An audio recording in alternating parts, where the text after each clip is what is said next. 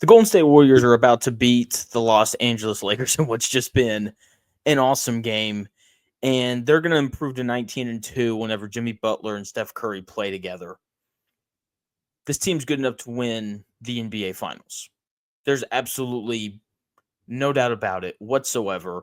The trades happen. The Luka trade kind of dominates all the headlines. People are talking about the Lakers and how when you have Luka and LeBron, you can win the whole thing, which is true. But when you have Steph Curry and Jimmy Butler, you can win the whole thing because they now have two separate superstars. And that is a big, big deal for them for several reasons. First and foremost, every team that's good enough to win the NBA Finals, you got to have at least two superstars. The Thunder have them, the Warriors now, the Lakers, the Nuggets. Go out east, Jason Tatum and Jaylen Brown with the Celtics. You go to the Cavaliers, it's any combination of Garland, Mobley, and Donovan Mitchell. Okay, like you have to have two superstars, and the Warriors now have that. And it's not just two superstars. It's Steph Curry, who's won, 4 titles. It's Jimmy Butler, who's dragged the Miami Heat to 2 NBA titles, lost both. It's two guys with a history of playoff success. And more importantly, two guys with a history of raising their play in the playoffs. And so I am so intrigued to see what they look like in the playoffs because they are so much better with Jimmy Butler now than they were before. Like just listen to the leaps in these areas before the All-Star break. The Warriors were 17th in offensive rating with an offensive rating of 112 points per 100 possessions. Since obtaining Jimmy Butler, the Warriors are 5th in offensive rating at 115. Okay, that is an incredible number. Okay, the increase in offensive production it's big for them. And part of it is because you have Steph Curry and Jimmy Butler on the floor at the same time, and Curry just provides so much spacing that he can play with any player in the history of the NBA. And then Jimmy Butler kind of gives them this different punch, a guy who's going to get to the free throw line, something that they didn't do a lot of until he showed up. So he allows them to do that. He's a really good isolation scorer, as we all know, also a very willing and gifted passer as well, even though I think that's a part of his game that gets overlooked. So there's that aspect of it. And then it's the same thing that we've heard people say about the Lakers repeatedly. Hey, they're always going to have LeBron James or Luka on the floor. For the Warriors, they're always going to have Jimmy Butler or Steph Curry on the floor. And when you constantly have a guy on the court like that, like your offense is just naturally going to be better. On the defensive end of the floor, before the All-Star break, the Warriors were 9th in defensive rating at 111.8. After the All-Star break with Jimmy Butler, the Warriors are 1st in defensive rating. They have been the best defensive team in the NBA if you go by the defensive rating stat at 109.3. This team can really guard, and that is why they're capable of winning the whole thing. Draymond Green is still an elite defender. He can still anchor a championship level defense. Jimmy Butler, big wing who can undoubtedly guard. Just wait till we get to the playoffs when he really turns it on. Steph Curry finds a way to survive and still be a pest and compete and get steals and do all the things that he does on that side of the ball.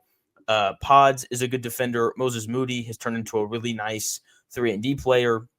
Jonathan Kuminga is another dude who can step out and defend these big wings. Like they have a lot of guys on their roster who can really defend. And then you've got Draymond Green back there who's going to be a Hall of Famer because of his defensive versatility and just how productive he's been defensively throughout his entire career. And then finally, the big thing here where you really see the jump is in net rating.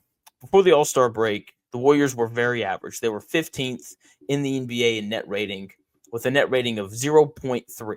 Like they were as average as you could be. They were right in the middle of the road. After the All-Star break, they are 2nd in net rating with a 9.7 net rating, only behind the Oklahoma City Thunder, who are, the best team in basketball this year. Like a 9.7 net rating, though, for the Warriors is insane. Like that is an incredibly high mark. They are significantly better than what they were before the All-Star break. And a lot of it is because of Jimmy Butler. But it's not just that with this team. Like they are kind of deep. Like they've got several players that I really, really enjoy playing. Obviously, You have the two stars in Jimmy Butler and Steph Curry, experience in the playoffs, a history of winning in the playoffs, all those things. I get why people don't like Draymond Green. Say what you want about him, though. That guy is impactful in the playoffs with his defense, and he can still rebound and do all those important things. But the role players as well, like those guys, can also still really, really play. Moses Moody has really kind of come along and developed into a really nice 3-and-D player. Pods, Pajimski, talented offensive player. He can play point guard, and you have Steph Curry running around off the ball and doing all those things because of Pods' ability to initiate the offense. Draymond Green is still every bit as good of a playmaker and passer as he was, 5 years ago. Jimmy Butler already went through that. And then, their bigs, like they're very multiple. Like they have Kevon Looney and they have, I'm forgetting his name, but he comes in and he's like this stretch five who can knock down threes and he's a good passer. And, Looney's still going to rebound and be in the right spot and challenge guys at the rim without really even jumping. So I really like their role players. The stars are more than good enough to lead a team to a title, and they look really good. I don't know who's going to play the Thunder in the Western Conference Finals, but if it was the Golden State Warriors, I wouldn't be surprised in the slightest. That team is damn good, and they might just be the second best team in the Western Conference, one way or the other. They're going to be a handful for whoever they play throughout the playoffs, and I can't wait to see it. Thank you for taking the time out of your day to check out my video. Hopefully you enjoyed it. If you did, please subscribe, like, comment. Let me know who you think the two best teams in the Western Conference are. Appreciate you for watching, and I'll talk to you again soon.